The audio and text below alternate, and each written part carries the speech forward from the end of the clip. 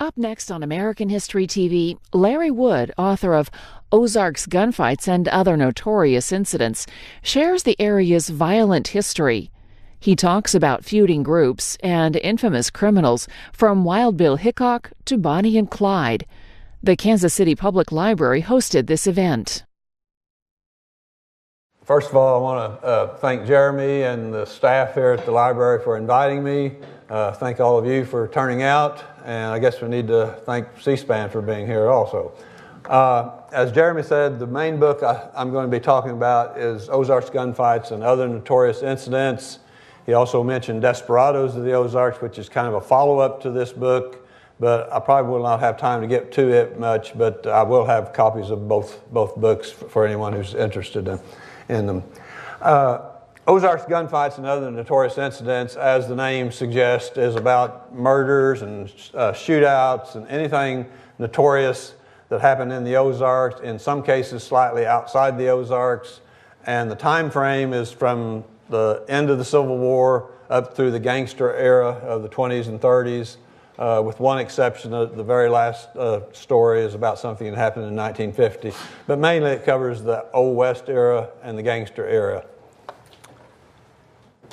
And I might say, other than those connecting threads, if there's any other theme that I try to develop in the story, it's kind of the one that I talk about in the preface, and that is something Jeremy also touched on. The idea that the Old West was not just Kansas and Arizona territory and places like that, particularly in the years immediately after the Civil War, like from 1865 to 1875, 1880. There was a lot of stuff that happened in Missouri and the Ozarks, and we were very much a part of the Old West, the Wild West, I would say. The first chapter in my book is about Wild Bill Hickok, particularly his shootout on the square in Springfield with Dave Tutt. Hickok was born in Illinois, came west when he was about 18 years old in 1857, spent time in Kansas and other places. At the time of the Civil War, he was working as a stock handler at a kind of a way station along the Oregon Trail near what's now Beatrice, Nebraska. I think the name of the place was Rock Creek. He got involved in a shootout with the McCandless gang when Dave McCandless, the previous owner of the property that the stage way station was on, came to try to collect a payment on his property, and ended up in a shootout, and McCandless and at least one or two other people ended up getting killed. Later on, Bill hooked on with the Union Army at Sedalia, Missouri, as a wagon master or wagon driver, and he eventually ended up in Springfield as a detective for the Union Army, sometimes a spy, sometimes a scout through the territory of southwest Missouri. But anyway, this is a picture of the square of Springfield at about the time that he was there. This is from circa 1865.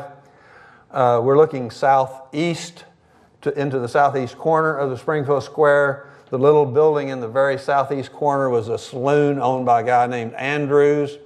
One of the things that Wild Bill did when he was a detective, a Union policeman in Springfield, was he arrested Andrews for illegally selling booze to Union soldiers. You know, they had restrictions on how much, if any, you could sell, and I don't remember exactly what he was cited for, but that was one of the things that Wild Bill did, was arrest Andrews.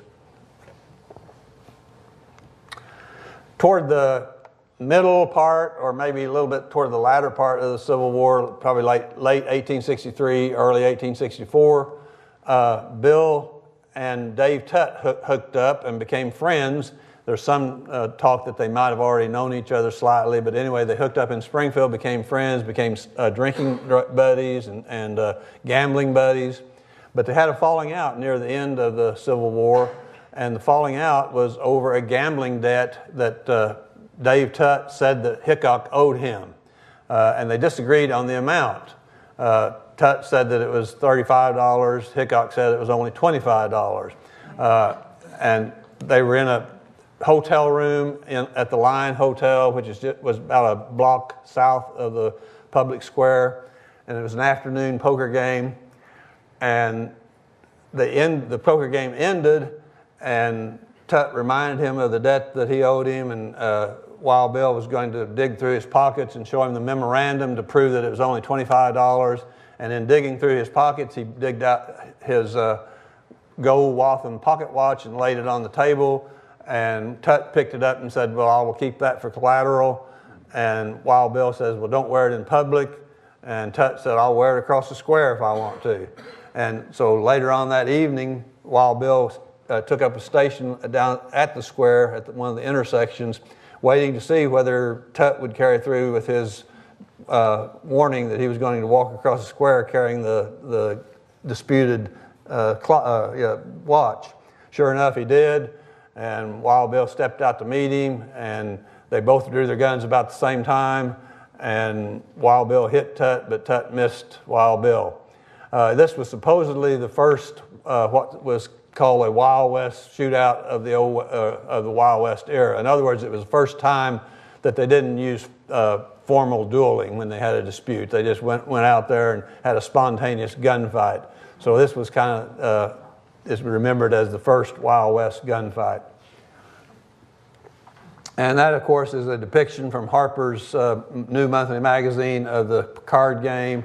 This is a depiction of the gunfight itself. You can't really tell much about that, but that's not exactly how it happened. I mean, for one thing, they were a lot farther apart than it seems to appear there. They were like 75 yards apart. This picture I took myself. This is not a modern, this is maybe 10 years old. This is somewhat what Springfield Square looks like today. It's not, like I said, it's not real up to date, but I took the picture and I was standing. They had a plaque. They have plaques in the road showing where each man was standing, and I was standing about where Wild Bill was standing, supposed to have been standing when he took his picture. And actually, it's kind of off. It would be off in here somewhere. And this building there is where the courthouse at the time stood, and Dave Tut was just outside the entryway of the courthouse. So it was like from there across to there, but it was actually a little farther back. My subsequent research has led me to believe very strongly that Hickok was really farther over this way to the southwest. So it was more like here down to there, and it was about 75 yards apart when they shot at each other. Anyway, Bill Hickok was arrested and was going to be prosecuted for manslaughter. Dave Tut was buried in what was then the city cemetery, just a couple blocks off of Springfield. Later, that tombstone there on the right is probably the one that was placed when he was moved from the city cemetery to where he is now, the Maple Park Cemetery, about 3 or 4 blocks south of the square. And then that modern one hadn't been there all that long, just maybe 50 years or so. I don't know how long exactly. But anyway, the interesting thing about many of these episodes is that they had overtones left over from the Civil War. In this case, the fight between Hickok and Tut really did not, because they were friends, even though Tut was a former Confederate soldier and Hickok was former Confederate soldier and Hickok was a Federal. They still were friends, so that really didn't enter into it. But what did enter into it was when Hickok went to trial for manslaughter.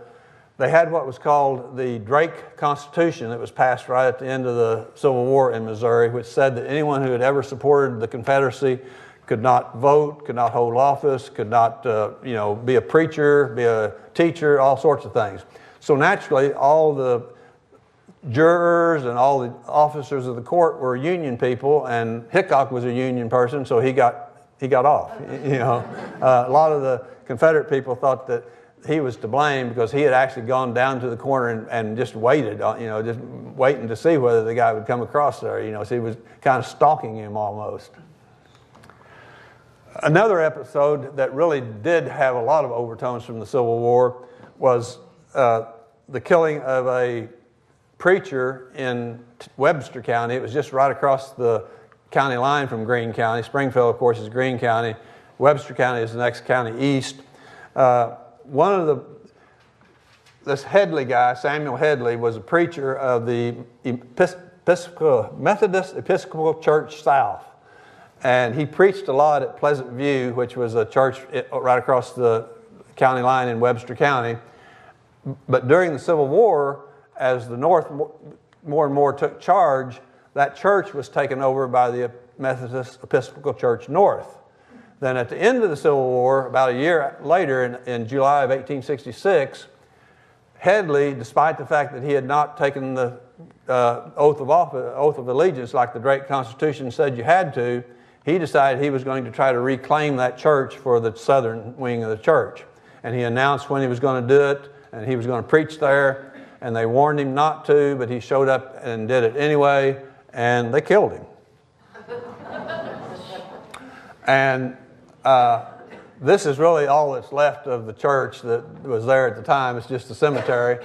And this is what they call the new Pleasant View Church. It was built around 1904, 1903. That's the new Pleasant View Church. But anyway, both the guy that shot Headley and the guy that had warned him not to come, and had been kind of the organizer of the ones that was opposing him, ended up going on trial for murder, but they were both, acquitted because, they were Northerners. This is a picture of Granby, Missouri. It's probably around the turn of the century. It's not right after the Civil War. As you can see, there's light telephone poles or light poles or something. So it's probably more like around 1900. But it'll give you a taste of what Granby looked like back in the old days. Granby is in Newton County. It's probably one of the most notorious little towns in the United States in the years immediately after the Civil War. I don't know of any other town of a similar population that produced as many notorious characters as Granby, Missouri did. A lot of them you probably never heard of, but they were notorious people. I'll be talking about at least one or two of them. My other book, Desperados, also talks about some of them. One of them was a guy named, I've gone a little too far here, but I'll get to her. I'll get to her in a minute. One guy was named Jake Killian.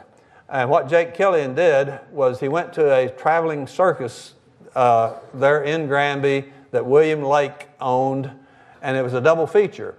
And you could stay for the first one, but then you had to get out and pay to come back in to get to the second one. Well, he tried to hide so that he wouldn't have to pay for both times. He was hiding under a chair, but William Lake and some of his Lake's helpers found him and forcefully put him out, and that made him mad, and he went home and got a gun, came back and killed William Lake.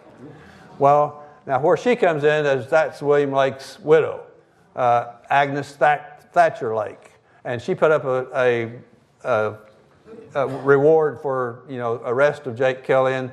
And another thing that's interesting about her is she later married Wild Bill Hickok. I mean, not later from this picture, but later from after Lake was killed. This picture was taken probably maybe even after Wild Bill Hickok was killed. But she married Wild Bill after her first husband was killed. And anyway, Jake Killian himself then ended up getting killed in 1878 in Galena, Kansas, by a man named Norton, and they had been sworn enemies ever since the Civil War. They had been soldiers together in the Northern Army and gotten into an argument over a card fight, and Norton had partially blinded Killian in one eye by shooting, kind of shot his eye out or almost out, and Killian had sworn vengeance. And so when he got out of jail after killing Lake, he got out on probation. He went looking for Norton, found him at Galena, and as soon as Norton saw him coming, he just pulled his gun out and shot him. Didn't give Killian a chance. But he still got off because of the fact that Killian had been stalking him, and had been coming after him. So, but notice the Killian family said that he was murdered, This is the Bender family, not actually in the Ozarks, a little outside the Ozarks. I said there's a couple of stories in here that are not really Ozarks, but they're close enough.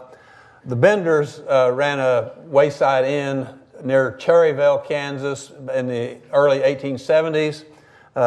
It consisted of John Bender, his wife, a son named whose name was also John, and a daughter named Kate. Kate was the only one that spoke fluent English. There was a German family. She spoke fluent English and was considered kind of the leading spirit of the family. She was a spiritual, a healer. You know, she told people that she was a healer and spiritualist. But anyway, what this family did was they ran a wayside inn, and people started disappearing when around. You know, they would be traveling along the road, and then they would never reach their destination. And finally, people started getting suspicious that maybe it had something to do with these Bender people. And in the spring of 1873, a man named York went missing, and his brother followed him to the Bender house and asked questions and got some kind of suspicious answers. So he went back to organize a posse, but by the time he got back with the posse, Benders had fled. And anyway, so they put out a reward for him. This was a governor signing a proclamation offering a reward for the Benders, describing them and so forth, and how much money was offered. This is a picture of the house where they finally, when they finally started investigating there at the Bender house, they dug up like 10 or 11 bodies, the people that they had killed. Apparently, they had the house partitioned off, and they would arrange it where the traveler would be sitting with his back to the partition, and someone from the other side of the partition would conk him over the head with a hammer or something, and then they would finish him off with a knife or whatever and drop his body through a trap door and then drag him out and hang him. But anyway, they killed, like I say, half a dozen or more, probably more like 10 or 12 people. And this is what used to be a historical marker. I'm not sure it's even still there. If it's not, there's one very similar to it that's still there, close to where it happened, close to Cherryville. It kind of describes it. And notice down at the very last paragraph, it says, although stories abound, the ultimate fate of the murderous Bender family is uncertain. Some say they escaped, others that they were executed by the vengeful posse. The story is unresolved and remains one of the greatest unsolved mysteries of the Old West. I am one of those who is absolutely convinced that they were executed by the vengeful posse, because the vengeful posse went after them and came back several days later and absolutely would not talk about it, would not say anything what happened. Well, why would you not talk about it? Because you don't want people to know you took the law in your own hands, you know, and don't want to have to be, you know, prosecuted for that. Not only that, I've gone through enough papers later on, 10, 15, 20 years later, I've run onto 2 or 3 or 4 men, a couple of them on their deathbed, who says they were members of that posse, and sure enough, that's what happened. We overtook them and killed them. You know, so I don't think they escaped. This is a picture of Jim Younger, of the infamous Younger gang. In 1874, they pulled off the Gads Hill, the James Younger gang pulled off the Gads Hill train robbery way over in Wayne County, eastern part of Missouri, came back and took refuge. The James brothers took refuge in their home stomping grounds of Clay County. The Youngers took refuge in Osceola, whatever county that is, St. Clair County, around Monegaw Springs, because that's where their grandfather had lived and where they'd spent a lot of time as kids, and that was kind of their holdup.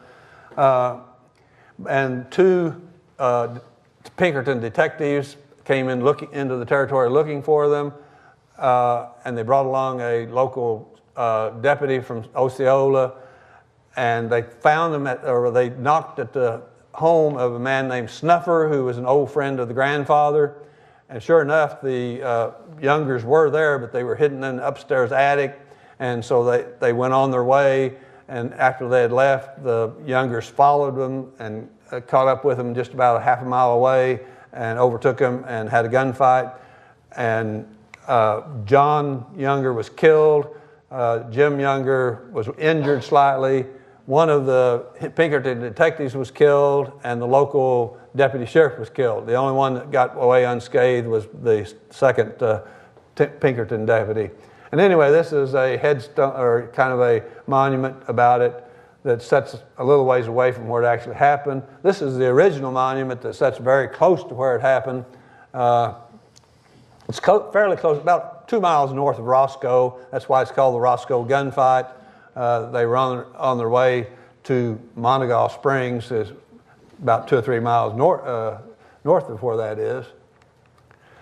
But anyway, so next chapter concerns something. I mentioned Galena, Kansas a while ago. This is a picture of Galena, Kansas around the turn of the century. Again, you can see light posts, so you know it's not 1870s or whatever. It's probably around 1900. But it shows you that Galena was really a hopping place, you know, around the turn of the century, and even earlier. It was a wild place. It was a mining town, like a lot of mining towns. You know, there was a lot of young single men, and anywhere there's a lot of young single men mining and stuff, there's going to be a lot of wild drinking and gunplay and that sort of thing. And that was kind of Galena's reputation. One of the things that happened in Galena in the fall of 1879, was supposedly Jesse James got killed by George Shepard. Supposedly. That's Jesse James. George Shepard, of course, had been a former member of the James gang, but he had kind of had a falling out with Frank and Jesse, and he had offered his services to the law, and they said okay. So he infiltrated the gang with the intention of trying to either kill or capture Jesse James. And after the Glendale train robbery, which took place here in Jackson County, I think, somewhere, I don't even know exactly where Glendale is. I think it's part of Independence now, maybe, or something. But after the Glendale train robbery, they were going south to Texas to spend the winter. This was in November of 1879. They got a little bit south of Galena, and some kind of confrontation occurred. Don't know exactly what it was, but George Shepard went riding back into Galena with a bloody, mangled leg, saying that I've killed Jesse James. I just killed Jesse James. And the newspapers, they went out and investigated, couldn't find any dead bodies, and the newspapers the next day said either George Shepard lies living or Jesse James lies dead. And well, most people believe that it was George Shepard lying living, you know. But my own personal belief is that something actually did happen, and I think maybe George thought he actually had killed him, you know. He probably did shoot at him, and he might have even seen him fall out of his saddle or something, you know, but it didn't kill him, and obviously because he was killed later on, 2 or 3 years later in St. Joseph. That's George Shepard, a picture of him anyway. Ball Knobbers were a vigilante group down in Taney County, Missouri. That's south of Springfield. That rose up around 1883. They call themselves the Law and Order Group, or sometimes call themselves the Citizens Committee, something like that, because they considered themselves kind of an okay group, you know, a honorable group. And then they kind of started out that way, the way a lot of vigilante groups do, that they're trying to do something good. But of course they went overboard. The reason they were called Ball Knobbers is because this was where their first organizational meeting was held. It was on a ball knob, you know, out close to Forsyth. And this was their leader, Nathaniel Kinney. When this picture was taken, he was a saloon keeper in Springfield. But shortly after this, he moved down into Taney County and became a preacher. Started preaching at a church, and I guess started laying off the booze. I don't know. But anyway, again, I've talked about how some of the incidents were kind of carryover, or at least the bitterness from the Civil War kind of carried over to aggravate some of these incidents. That's the case even with the Ball Knobbers, which is 20 years after the Civil War, because almost all of the Ball Knobbers were former Northern soldiers. And a group that rose up to oppose them, the anti-Ball Knobbers, were almost all former Confederate soldiers, you know. So there again, there was overtones from the Civil War. But the Ball Knobbers and the anti-Ball Knobbers kind of killed each other, a couple of members of each. But as far as the law ever taking any active role in trying to apprehend them, none of them really were ever apprehended. However, the Ball Knobber movement moved over into Christian County a couple of years later, like in the mid-1880s, and there the law did get into it. This is Billy Walker, who was the son of the leader of the Christian County faction. His father's name was Dave Walker, and another one of the main ones was John Matthews, and he had a nephew named Wiley Matthews. All four of them were eventually captured and tried for murder because they'd killed a couple of people of a family over by Chadwick. And they were convicted and scheduled to hang, but Wiley, this man's nephew, escaped and was never recaptured. So actually, only 3 of them hanged on the square in Ozark, like in 1888. And that was kind of the end of ball knobberism after that. This is a picture, a replica picture of what one of the Christian County masks. They had masks, they had kind of secret signs, secret codes, and so forth. This is a picture of Emma Malloy. This is a better picture of her here when she was younger, that you can tell she wasn't an attractive looking woman. But anyway, Emma Malloy was a nationally known temperance revivalist. She traveled all over the country giving revivals, trying to get people to, not drink. And she gave one in Springfield, Missouri in the winter of 1884-85. And after it was over with, she moved out onto a farm west of Springfield near Brookline, and she had a adopted daughter, a foster daughter named Cora Lee, and maybe 1 or 2 other people living with her. She was always taking people in, trying to help them, and that was her downfall, because she had taken in this guy named George Graham, whom she had first met in Indiana prison when she was doing prison ministry. And she had kind of taken him under her wing. And after he got out, they went into the business together of putting out this, anti-drinking newspaper. What's the word I said a while ago? The temperance newspaper. And so pretty soon after they started living on the Brookline farm, he showed up and started romancing Cora Lee, the foster daughter. Actually, he resumed courting her because they had already started when they were back together in Washington, Kansas, putting out this paper. They had gone into cahoots putting out the temperance paper, and then when she moved to Springfield, he kind of followed them there and resumed the romance. Eventually, he talked them into letting them get married. They were concerned because they knew he'd been married before to Sarah Graham, but he assured him that he had divorced her that she had divorced him when he went to jail. Well, that was true, but it turned out that they had remarried after he got out. So he was committing bigamy when he married Cora Lee.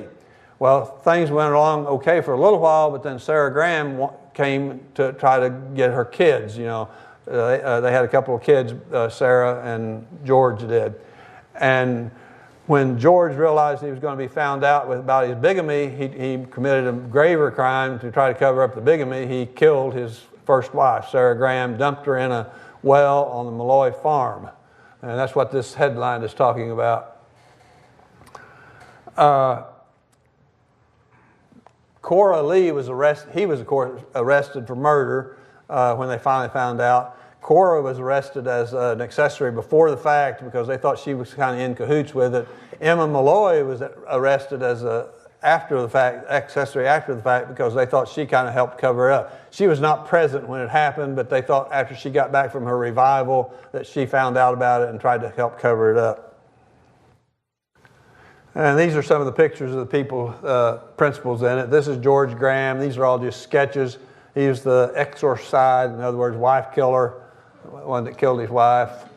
This is Cora Lee, the foster daughter that he married bigamously. And this is Sarah Graham, the first wife that he murdered. And this is Sarah and George's son, Charlie, their oldest son. And he figured prominently in the legal proceedings. George, of course, was, like I said, was arrested for murder. But actually, Cora Lee's trial started taking place before George's.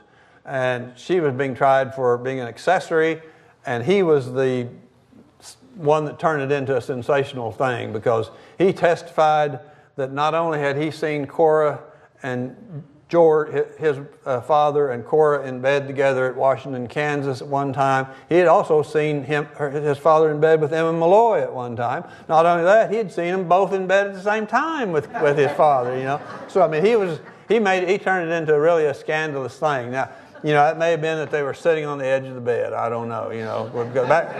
Back then, he didn't say that he saw them having sexual intercourse, you know. He just said they saw.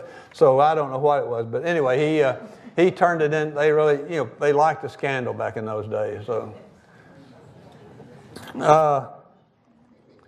anyway, and it was such a scandalous deal that the Springfield newspapers even put out a special edition, of kind of a big, whole thick pamphlet having to do with nothing but the Graham tragedy and the examination of Malloy and Lee.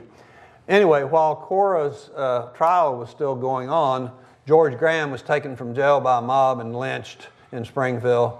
And then eventually, Cora Lee's trial was ended in a hung jury.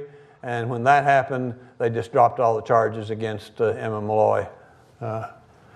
Cora Lee had to be tried at least twice. I can't remember exactly how many times. But anyway, my own take on it is that I think Emma Malloy was kind of rash, was not very judicial in deciding who she was going to befriend. She, like I say, she was always taking people in and playing the part of the goody-goody, wanting to help people. I think that was her main mistake. She just, you know, Cora Lee, I don't know for sure about her, but another kind of a similar type deal where it was involved a triangle or whatever. There was a guy named J.J. White, and he had a friend named Ed Clum, C-L-U-M. They lived in New York. They had been in the Union Army together in New York. Clum got married to this girl named Charlotte. They called her Lottie. And J.J. White decided he kind of liked her too and started flirting with her, and they started kind of having an affair. And Lottie was not in real good health, so she decided she was going to come to Missouri to stay with her sister at Lebanon, Missouri. And not too long after that, White came to Missouri and bought a farm at Pierce City in Berry County. That's down close to where Cassville is. And instead of staying at Lebanon with her sister, though, she came on and started living with J.J. White at the farm. Clum got word of it and came down to investigate, but in order to protect his wife's name, he let them introduce him as her brother instead of her husband. You know, and there are people around Pierce City thought that that's what they were. Finally, he convinced her to go back with him, and he got as far as Lebanon, and she said she really didn't feel like continuing the trip, that she would stop at Lebanon and she would come on the next day. But instead, she went back to Pierce City while he was going on to Rochester, New York. This happened once or twice, maybe at least twice. Finally, he got word. He was back in New York. He got word that Lottie had died. So he came back, and even after Lottie was dead, he still let people believe that he and Lottie had been brother-sister, not husband and wife, you know. And this went on for a few more months, and this was 1886. Finally, there was this 17-year-old girl who had been a housekeeper, started keeping house in the Clum residence, or the White residence, and she and White announced their intention to get married. Well, Clum kind of had a crush on her too, so that was the straw that broke the camel's back. He ended up killing both of them. So, yeah, they said if he had killed White back earlier, he probably would have gotten away with it. But by killing that 17-year-old innocent girl, this is her grave at Pierce City. By killing the innocent girl, he ended up getting sentenced to hang, and this is his execution date in Cassville in 1887. This is one of the banks in Coffeyville that the Dalton gang tried to hold up. The Daltons were cousins of the Youngers, and so they were going to try to outdo their more infamous older cousins by robbing two banks at the same time. And they tried to rob two banks at the same time in the fall of 92 in Coffeyville, Kansas. The problem they had lived in Coffeyville previously, and they thought they knew the place. But the problem was when they got there, the hitching rail where they were going to hitch their horses was no longer there. So they had to hitch horses somewhere different that was farther away from the bank, you know. And that ended up being their downfall. But anyway, the citizens of Coffeyville realized what was going on and armed themselves and had a big shootout with them. And 4 of the Dalton members got killed. None of the citizens got killed. There's the 4 Dalton. They laid them out and took pictures of them. And then they buried them right there in Coffeyville. 4 Bob Dalton, Grat Dalton, and then a couple others. Bill Powell, then one of them they didn't bury. There was one they buried somewhere else. But anyway, but rightfully so, they have a little museum in Coffeyville. They don't call it the Dalton Museum. They call it the Dalton Defenders Museum because they want to emphasize that they're memorializing the defenders, not the crooks, you know.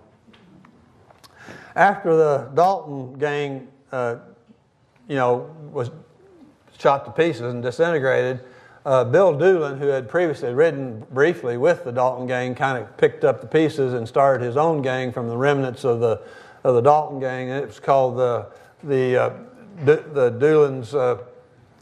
He had a name for it. I don't know. Anyway, Doolin gang, and in 1894, just less than 2 years after the Coffeyville deal, he tried to rob a bank in Southwest City. That's the very farthest you can get in Southwest Missouri. It's called Southwest City, a little town. It's right in the corner of the Oklahoma and Arkansas. And this is what was the bank at that time. It's still there. Obviously, it's no longer used as a bank, but that's the same building that they tried to rob.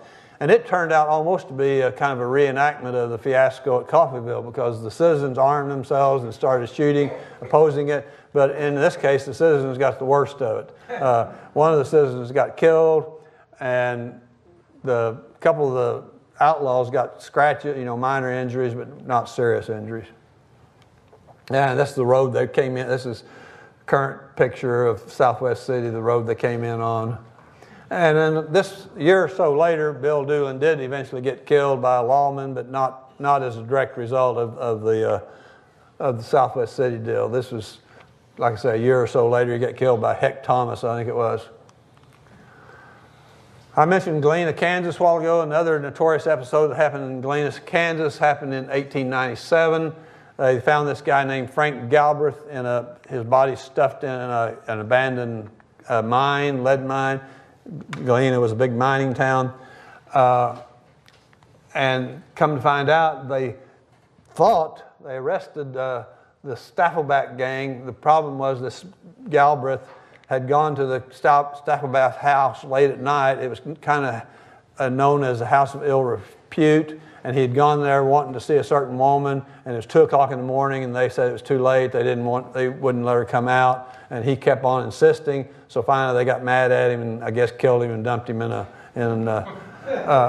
anyway, the media then got a hold of this, and they started exaggerating it. You can see here it says, for years they have plied their work of death. And they thought that they'd killed as many as 10, 12 people, but Frank Galbraith's body was the only one that was ever found, So that was probably just a lot of exaggeration. This was old lady Staffelbach named Nancy. She was supposedly the leading spirit of it, the one that had given the order to kill that guy. But anyway, they have a house in Galena now that they call the Staffelbach House. Another notorious episode involving a woman was Cora Hubbard. She and 2 male sidekicks held up the Bank of Pineville later in 1897. These were her other 2 sidekicks. The one in the middle is Whit Tennyson. The one on the right is John Sheets. They hooked up in Kansas around somewhere in southeast Kansas, and they plotted it and planned it out, but then they rode all the way to Southwest City to pull it off. and they came back to Kansas, and they were arrested in Kansas, near their hometown in Kansas, and taken back to Pineville for arraignment. Eventually tried. They received 10 varying terms in the prison, anywhere from 10 to 12 years in prison. Each one of them did. But anyway, she was called the new Bell, the second Bell Star or something like that. So again, it was sensationalized simply because she was a woman. You know, they turned her into kind of a not almost a hero, but Bell Star type person. Now I'm jumping from the Old West, I guess you might say, to the gangster era. This is Henry Starr. He started out in the Old West era. He was an outlaw. He was a Bell Starr's nephew by marriage. He was a big bank robber and train robber during the Old West era, but then he graduated from fast horses to fast cars in the 19-teens and around in there, and started robbing banks. And the one that I talk about mainly in my book, well, two, he robbed the Bentonville Bank in like 1893 or not. That was before cars. But then the one with cars that I talk about most is when he tried to rob the Bank of Harrison, Arkansas, in like February of 1921, and he ended up getting killed. And that's the man that killed him. He was the former president. He was the former president of the bank. He just happened to be there on the day that this happened. But he was the former president, and he knew where there was a gun stashed, and he grabbed the gun and killed him. And that's Henry Starr after he was laid out dead.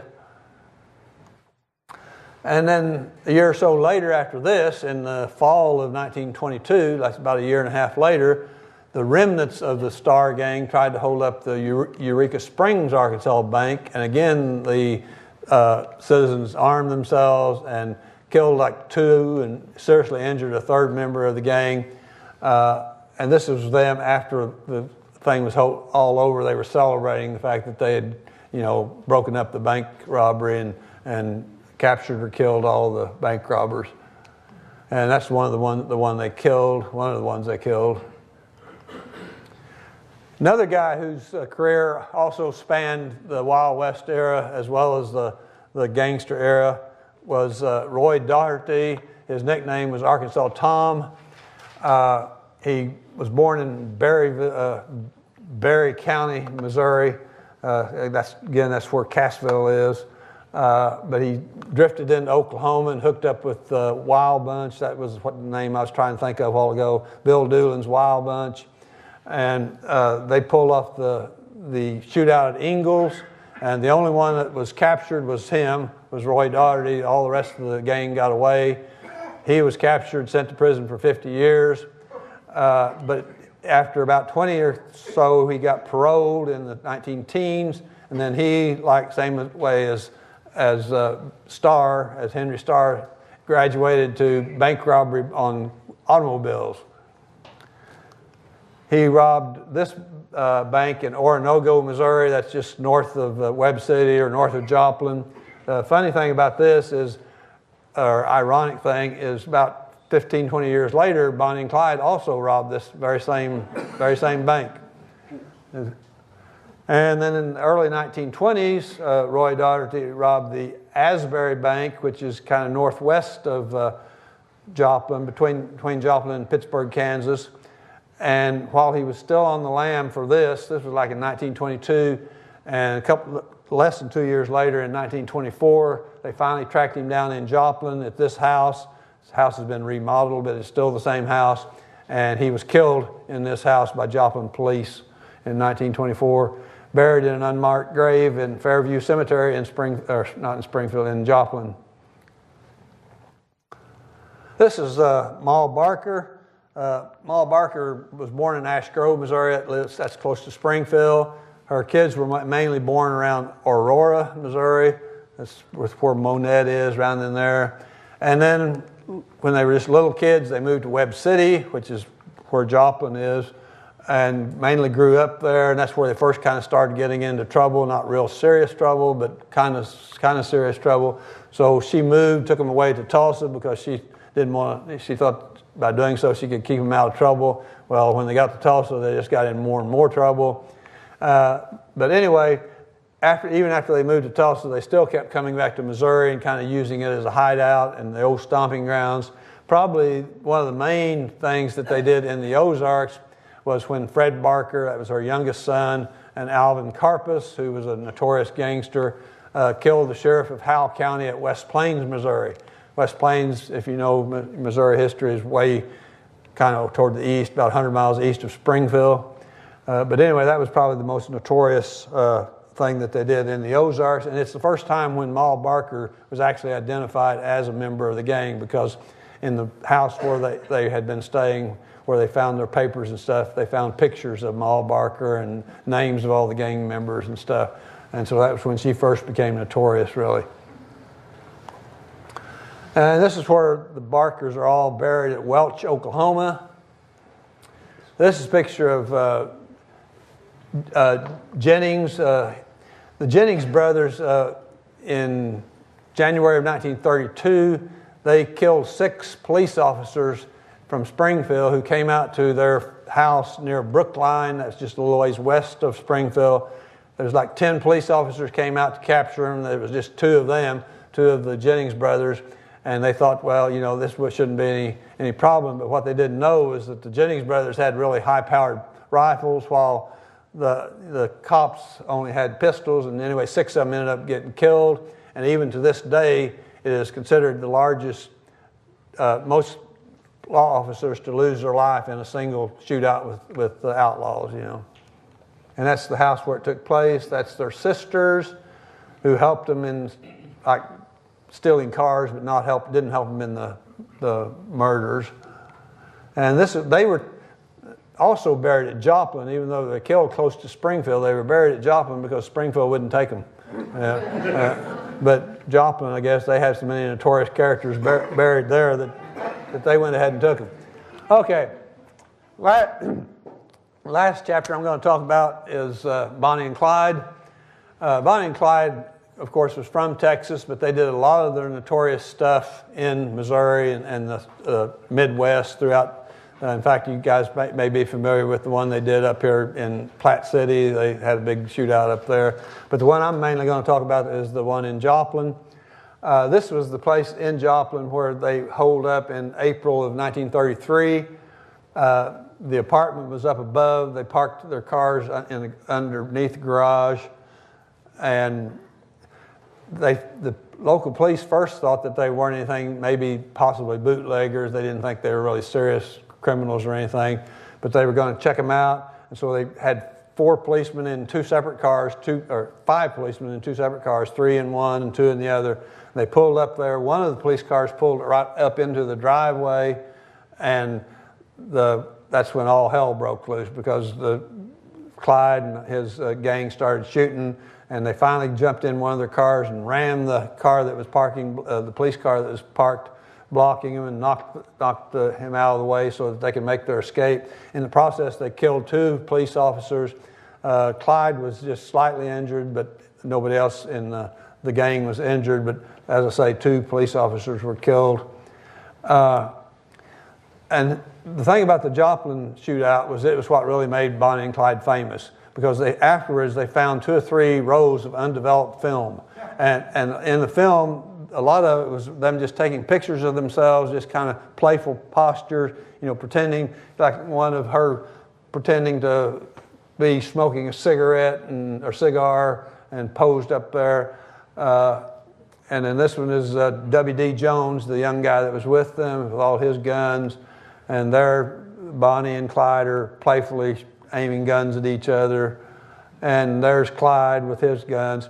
So anyway, these pictures were splashed all over the United States, and that's what really made them famous when they started having pictures in the Chicago Tribune and the New York Times and stuff like that. If those pictures had not been retrieved from the Joplin apartment, they might have just gone on being not really well known. And this was a picture of Bonnie later on, a couple years later, after she was killed in Louisiana. So anyway, in closing, I guess the thing that I want to kind of I already touched on, but I would kind of like to reiterate, is the idea that the Ozarks and all of Missouri, particularly western Missouri, Kansas City, and all along the western border, we were very much a part of the Old West during especially in the first 10 or 15 years after the Civil War, and that reputation for wildness continued clear into the gangster era. A lot of the gangsters, like I said, the Barker gang, even though they no longer lived in Missouri, they continually came back to Missouri to hide out. And same thing with Bonnie and Clyde. They kind of thought that this was a good place to hide out. So we had more than our share, not only of Wild West incidents, but probably also of gangster type incidents. And you guys here are all familiar with the one that Jeremy mentioned about the shootout at the train, or the central train station. Yeah. So any questions? Please, as Jeremy said, if you have questions, please line up, and I'll be glad to answer questions if I can. Let's first thank Larry, and then we'll.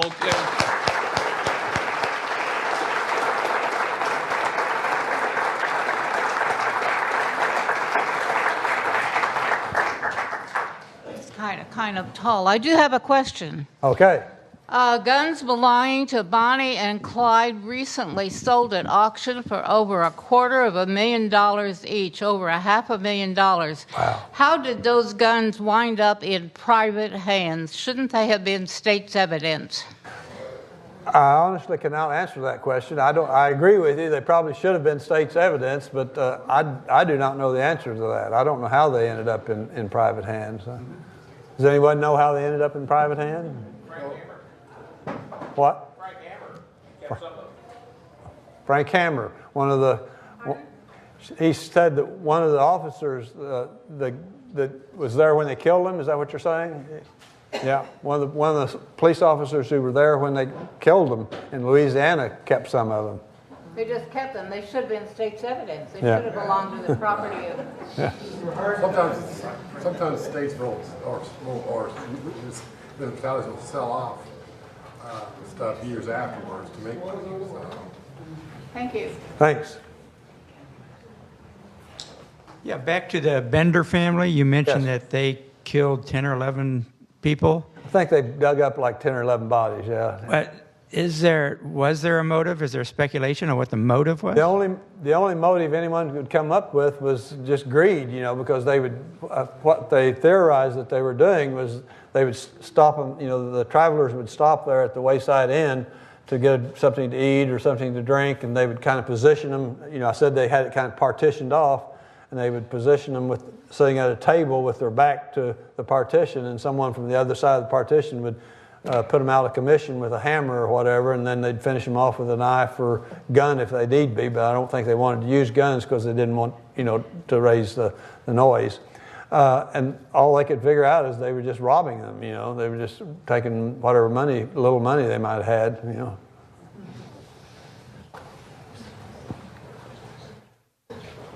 If only we had undeveloped rolls of film for other gangsters of that era and had pictures like that. Those were wonderful pictures. Yeah. Larry, I do have a question. You publish many books, your articles, many articles published on the Ozarks. In your blog, Ozarks History, you regularly publish articles there. Some of these people are fairly well known, but others aren't. And I noticed from your newspaper clippings that you get a lot of information from the newspaper. But Yes. Is there a library, archives? Is there kind of a place where you do most of your research? Or Nowadays, I do most of it online. I subscribe to newspapers.com, which is a subscription service, and it entitles you to just all kinds of newspapers from all across the country. And what I've run into, like I've been researching some pre-Civil War stuff that happened in Missouri. Well, in the past, that's been very hard to do because most Missouri newspapers before the Civil War are no longer in existence, or very few of them are. But what I've started finding out is I find something published in the Baltimore Sun, repeating something that was published in the St. Louis Globe or whatever in 1842, or something published in the New York Times that repeating something that was published in maybe the Springfield newspaper or whatever, So you can find stuff that way,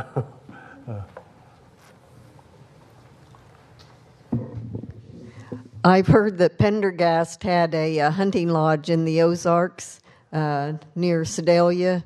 Did he do any of his shenanigans down there, or did he just keep them up here? I'm not too familiar with Tom. I have heard that, though, that he had some kind of a hunting lodge somewhere in the Ozarks, but I wasn't even for sure where it was. So you know more about it than I do. I have a brother who lives in Lakeview Heights, and it's supposed to be in that town. That's it. Larry, this will be the last question. One of the audience members was curious how you became interested in Ozarks history. Okay. I was an English major in Springfield, what was then SMSU, and like a lot of English majors, I kind of aspired to be a writer, but I wanted to write fiction. I thought I was going to write the great American novel. But as I wrote, over and over, I found myself having much more success at nonfiction, and I wrote a lot of magazine articles. I found that I could, if the kind of the framework of the story was already there, I could tell a really good story. But as far as coming up with creative ideas myself, I had more trouble with that. So I finally kind of gave up the idea of writing the great American novel, started concentrating on nonfiction, and then I particularly started concentrating on historical nonfiction shortly after I started doing my own genealogy research, I guess. That's kind of what got me started in that field. Was I did my own history, and I just kind of wanted to branch out from there, So I started doing local history. That's been about probably 25, 30 years ago that I started branching out and doing mostly history up until then. I started writing just straight out of college pretty much. So I've been writing about almost 50 years, but because I'm 70 years old now, so the last 25 at least, I've been concentrating on historical stuff. I would like to thank everyone for coming out today, and let's thank Larry Wood. Thanks.